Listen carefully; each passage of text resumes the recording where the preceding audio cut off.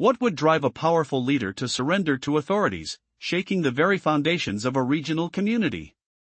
The world is abuzz as Shahin Shiklinsky, head of the largest Azerbaijani diaspora in Russia, voluntarily turned himself in, and now the repercussions are set to ripple far and wide. As of September 15, 2025, reports from Russian and international outlets reveal Shiklinsky was apprehended in Moscow and transferred to Ekaterinburg for investigative proceedings. Observers suggest that this event is just the tip of the iceberg, potentially igniting a wave of landmark accusations and legal battles that could redefine power dynamics in the diaspora. The circumstances surrounding his arrest are as intriguing as they are startling. Sources indicate that Shiklinsky spent the preceding week in the capital, with some claiming he was even present at the Azerbaijani diplomatic mission on Leontiv Street. The exit from the building prior to his arrest was surprisingly calm. Operatives approached, escorted him to a service vehicle, and swiftly moved him to law enforcement for processing. The charges against him are extensive, covering a range of violent acts against authority and alleged involvement in several high-profile crimes dating back to the early 2000s. But what led this influential figure to such a drastic step? Speculation surrounds the recent arrest of his son, Mutvala, who was already in custody for an incident involving alleged violence toward a law enforcement officer. The court opted for a custodial measure there. Observers note that family ties often weigh heavily in decisions of resistance versus cooperation with authorities. Shiklinsky's choice to collaborate raises critical questions. What might he reveal about the web of illicit activities within the diaspora? Will his cooperation usher in a reckoning, or will it spiral into a chaotic tangle of accusations that implicate others? In the murky waters of crime and consequence, the stakes could not be higher for both him and his community. The unfolding story promises shocking revelations, but will the truth emerge, or will secrets remain buried? Previously, we saw that Shahin Shiklinsky is a treasure trove of information for investigators. His statements could unravel ethnic crime syndicates, corruption links with Baku officials, and even secret activities of Azerbaijani intelligence within Russia. But that's just the beginning. Today, the biggest blow hits the energy sector, with up to 4 million tons of oil flowing annually from Russia to Azerbaijan along the Tykharetsk-Baku pipeline. Reports reveal that Russian oil is sent in reverse through this route, highlighting the complex ties between the two nations. Imagine this: people who dared to challenge the diaspora suddenly vanished into Azerbaijani prisons. Released only after shadowy deals. This isn't coincidence. Experts whisper about a tangled web of espionage connecting the Azerbaijani diaspora with British and Turkish intelligence agencies. They call it Operation Web, a covert network stretching across borders. If Shiklinsky holds these secrets, his protection must be absolute. Even locked behind bars, he's a prime target. In Baku, he's already persona non grata. On the surface, recent statements by Ilham Aliyev about warm ties with Russia sound like desperate face-saving. It's like a gambler begging after losing everything at the casino tables. For years, Baku played a dangerous balancing act between Moscow, Ankara, and Washington. But that double game failed spectacularly. Russia, calm yet ruthless like the bull in an ancient fable, ignores cheap anti-Russian jabs and strikes strategically, cutting vital lifelines. Now, Azerbaijan bears the cost. The economy crumbles. Agricultural embargoes hit hard. Oil revenues plummet. Hundreds of thousands of former Russian citizens return home, a flood driven by shifting borders and politics. Geography is unforgiving. Being Russia's neighbor is both a blessing and a curse. The agricultural sector took a devastating hit. Russian agricultural regulators blocked Azerbaijani fruit imports, peaches and apricots among them, citing quarantine pests found in 97% of shipments. Official sources warned, these products carried a real phytosanitary threat. Meanwhile, 1,000 tons of fruit rot on Azerbaijan's borders, lost and worthless. Financial losses surpass $300 million. What else hides beyond these numbers? The next move could change everything. What will happen to the fragile energy trade? Which secrets will emerge from Shiklinsky's revelations? And who really pulls the strings behind these operations? The story is far from over, and the coming chapters promise shocks beyond imagination. In the previous segment, we explored the troubling situation where approximately 1,000 tons of Azerbaijani fruit, primarily peaches and apricots, are decaying at the borders due to quarantine pest complaints. This disruption to trade posed grave risks, leading to estimated losses exceeding $300 million. Now, a new layer of crisis emerges, profoundly impacting the energy sector. As smoke swirls from the complex drama, the real devastation strikes the energy landscape. Each year, around 4 million tons of oil flow from Russia to Azerbaijan via the Tikhorets-Baku pipeline. Recent reports highlight that this oil is being redirected back to Azerbaijan through a collaborative route. However, while these volumes are significant for Azerbaijan, they barely dent Russia's extensive output, representing nearly one-fifth of Baku's total exports. The intertwining of politics and oil becomes evident. Prices for the IRL brand plummeted by $15 per barrel in just a month, echoing the unstable political climate. The oil sector accounts for more than half of Azerbaijan's budget revenue, and the consequences of falling prices are stark. Already, delays in pension and social assistance payments are being reported. Meanwhile, Turkey's once loyal support dwindles to symbolic shipments of tomatoes, even as Turkish firm Sakarya controls 30% of Azerbaijani oil fields, a cruel betrayal cloaked as friendship. In this spiraling landscape, Russia is preparing to deport approximately 700,000 ethnic Azerbaijanis. Various justifications paint a troubling picture, from citizenship violations to ties with criminal organizations. This action is not an ethnic cleansing but rather a targeted dismantling of a complex diaspora network. The financial fallout from this will be catastrophic. In just the last year alone, private remittances from Russia to Azerbaijan amounted to $2 billion, constituting about 10% of the country's budget. The mass outflow of both resources and people spells disaster, leading to a collapse in domestic demand and a stagnating real estate market. The political ramifications could be even more severe. The return of hundreds of thousands who have lost their livelihoods is bound to create an explosive social atmosphere, a ticking time bomb in a climate already fraught with tension. Will Azerbaijan find a way to navigate through this storm, or will the consequences of these events spiral out of control? Previously, we uncovered how the massive outflow of capital and people from Azerbaijan threatens to collapse internal demand and stall the real estate market. On top of that, returning hundreds of thousands of citizens, robbed of their incomes, is setting the stage for explosive social unrest. But what lies ahead for a nation caught between economic ruin and geopolitical chess moves? Political analyst Zardu Ushtalazade paints a grim picture. Youth unemployment in the provinces has already surged past 40%. Imagine angry throngs demanding answers, voices rising against a government that appears powerless on the world stage. Meanwhile, Turkey quietly seizes Azerbaijani assets at bargain prices, replaying a haunting echo of the 1990s. Back then, waves of returnees from Russia paved the way for the Aliyev family's power to solidify. Today, history seems to be repeating. Azerbaijan now finds itself trapped in a geopolitical dead end.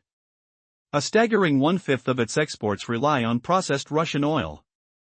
Russia remains the linchpin, the main consumer of goods and labor migrants from Azerbaijan. But efforts to diversify gas exports through the southern corridor have unraveled, crushed under the weight of complex logistics, and Europe's switch to liquefied natural gas slashing purchases by 30%. China looms with loans shackled by harsh conditions, demanding heavy resource collateral. Turkey ruthlessly controls the gas transit route, pocketing 70% of profits from Azerbaijani gas flowing through its land. Meanwhile, as Baku flails in crisis, Russia watches with cold precision, tightening its grip. Gazprom pours investments into Iran's oil and gas fields and seizes control over the Caspian pipeline. Moscow's military presence in Armenia stands firm. Any move against Russia isn't just political defiance, it's flirting with economic disaster and crushing humiliation. This is a crossroads, a choice between disgrace and downfall. Winston Churchill once warned, "Study history, for in it lies the key to governance." Has Azerbaijan truly absorbed this lesson? Or is it destined to repeat a perilous past, ignoring the avalanche hurtling toward it? The stakes couldn't be higher. What happens next could reshape the entire region's future. Does a rescue lie beyond the horizon, or will the pressures tear the country apart from within? The answer hangs in the balance, waiting to be revealed. In the gritty underbelly of regional politics, one man, Shaheen Sheklinski, has emerged as a formidable figure entwined in a web of power and influence. As an influential leader of the Azerbaijani diaspora in Russia, his extensive connections spanned police officers, local government officials, and even the shadows of organized crime. Dmitry Chukrev, a member of the public council in Sverdlovsk, revealed just how far Shaheen's reach extended. Businesses that dared operate outside his domain faced severe consequences. Loyalty to him was not just expected, it was essential for survival. But a shocking incident brought Shaheen into the spotlight: the kidnapping of a 71-year-old historian, Zahiruddin Ibragimov. Taken quietly from Ekaterinburg to Azerbaijan, Ibragimov's capture sent shockwaves through the community, raising questions about Shaheen's role in the operation. Was he the puppet master behind this unsettling event? Rumors began to circulate, suggesting that Shaheen might have intimate knowledge of the officials who facilitated the abduction, potentially exposing a much larger conspiracy lurking beneath the surface. Why would Shaheen surrender himself to law enforcement? A possible motive emerged: he appeared willing to shoulder the blame for his son, Mutbali, implicated in separate violence against an officer. This act could be a desperate attempt to offer his son a softer sentence. Speculation ran rampant that Mutbali had been acting under his father's direct orders during the incident, raising the stakes for both father and son. If proven true, this could lead to leniency rather than severe punishment for the younger man. For Shaheen, the family bond outweighed political ambitions. Meanwhile, for investigative authorities, he became a treasure trove of information. His insights could unravel the intricate ties between ethnic gangs, corrupt officials from Baku, and even the activities of Azerbaijani intelligence on Russian soil. What extraordinary secrets lurked in Shaheen's mind? As the investigation deepened, the potential for revelations that could reshape power dynamics loomed large. The public waited with bated breath, wondering if Shaheen would unveil the truth that could either bury or redeem him. Would his revelations pierce the veils of silence that had protected his operation for so long? The answers, like the ink of treachery, were yet to be disclosed. In the murky realm of regional power struggles, Shaheen Sheklinski reigns as a pivotal figure, effortlessly weaving through a maze of influence. His leadership of the Azerbaijani diaspora in Russia connects him to local police, government officials, and the underworld of organized crime, crafting a network fraught with tension. Dmitry Chukrev, a member of the Sverdlovsk Public Council, shed light on the extent of Shaheen's dominion. Businesses attempting to bypass his control faced dire repercussions. Allegiance wasn't just a formality, it was a matter of survival. Then, a shocking act threw Shaheen into the limelight: the abduction of Zahiruddin Ibragimov, a 71-year-old historian. Taken clandestinely from Ekaterinburg to Azerbaijan, this incident rattled the community, igniting fierce speculation about Shaheen's involvement. Was he the mastermind orchestrating this unsettling operation? Whispers suggested that he held key information about the officials who enabled the kidnapping, hinting at a more sinister plot lurking beneath the surface. But what led Shaheen to surrender to authorities? New theories began to surface, pointing to a potential motive: the desire to take responsibility for his son Mutbali, who faced charges related to violence against an officer. In what seemed like an act of desperation, Shaheen appeared ready to bear the repercussions for his son, possibly to secure a more lenient outcome. Sources hinted that Mutbali may have acted under his father's orders during the incident, raising the stakes significantly for both of them. If this narrative held water, it could pave the way for mercy rather than punishment for the younger Sheklinski. For Shaheen, the bond of family ran deeper than any political aspiration. As the investigation unraveled, he transformed into a vital source of intelligence. His knowledge had the power to untangle the complex relationships between ethnic gangs, corrupt officials in Baku, and the activities of Azerbaijani intelligence within Russia. What astounding truths lay hidden in Shaheen's mind? As the inquiry intensified, the potential for groundbreaking revelations became increasingly palpable. The public held its breath, eager to discover whether Shaheen would expose the secrets that could either condemn him or lead to his redemption. Would he pierce through the layers of silence that had long shielded his network? Only time would reveal the depths of treachery waiting to be uncovered. In the intricate web of regional power dynamics, Shaheen Sheklinsky stands out as a powerful figure deeply ingrained in a network of influence. As the prominent leader of the Azerbaijani diaspora in Russia, his connections extend into the realms of law enforcement, local governance, and even illicit markets. Observers highlight his control over various sectors, from street vendors to underground alcohol distribution. The tragedy of 2021 looms large in the backdrop when 44 lives were lost due to methanol poisoning in the Ural region, prompting a sharp focus from law enforcement on illegal trade practices. It's a chilling reminder that such incidents lead to severe scrutiny and, inevitably, legal repercussions. Meanwhile, news outlets report that Baku, the capital of Azerbaijan, has been closely monitoring these developments. Allegations have emerged suggesting attempts to influence the situation, potentially bending diplomatic channels and pulling strings from behind the scenes. However, Sheklinsky's abrupt turn towards cooperation with investigators signals a shift. What could have driven him to surrender, forsaking apparent safety nets? Reports indicate that he possesses vital information that could unravel decades of concealed criminal activities, implicating various officials who previously safeguarded such schemes. This decision unfolds a potential blockbuster unraveling of crime and corruption. Dmitry Chukrev, a recognized member of the Community Council in the Sverdlovsk region, emphasizes that Sheklinsky's grip extended far beyond mere influence. Entire sectors of the local economy fell under his sway. His involvement in both legal and illegal enterprises crafted a complex tapestry of power where defiance often meant facing dire consequences. As the investigation deepens, every witness statement and piece of evidence could flip the narrative. Those who thought they were untouchable may now find themselves wrapped in a tightening noose. What will be revealed as the truth emerges? The interconnected stories are bound to escalate, leading to shocking revelations that challenge the very fabric of power in the region. Can Sheklinsky's turn reveal the hidden puppeteers of crime and corruption, or will it simply seal his fate among the many shadows that lurk in this dangerous game?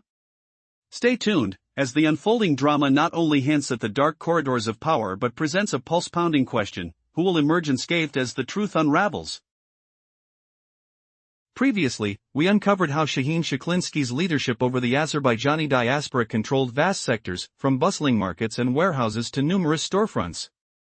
Some insiders even linked parts of his network to illegal alcohol trafficking, casting shadows over an already tense economic environment.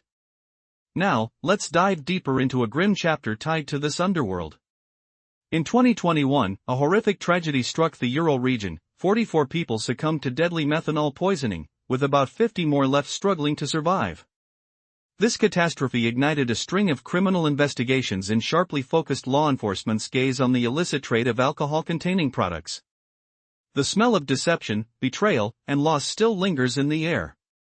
Amid this turmoil, whispers from diplomatic corridors hint that Baku was watching closely.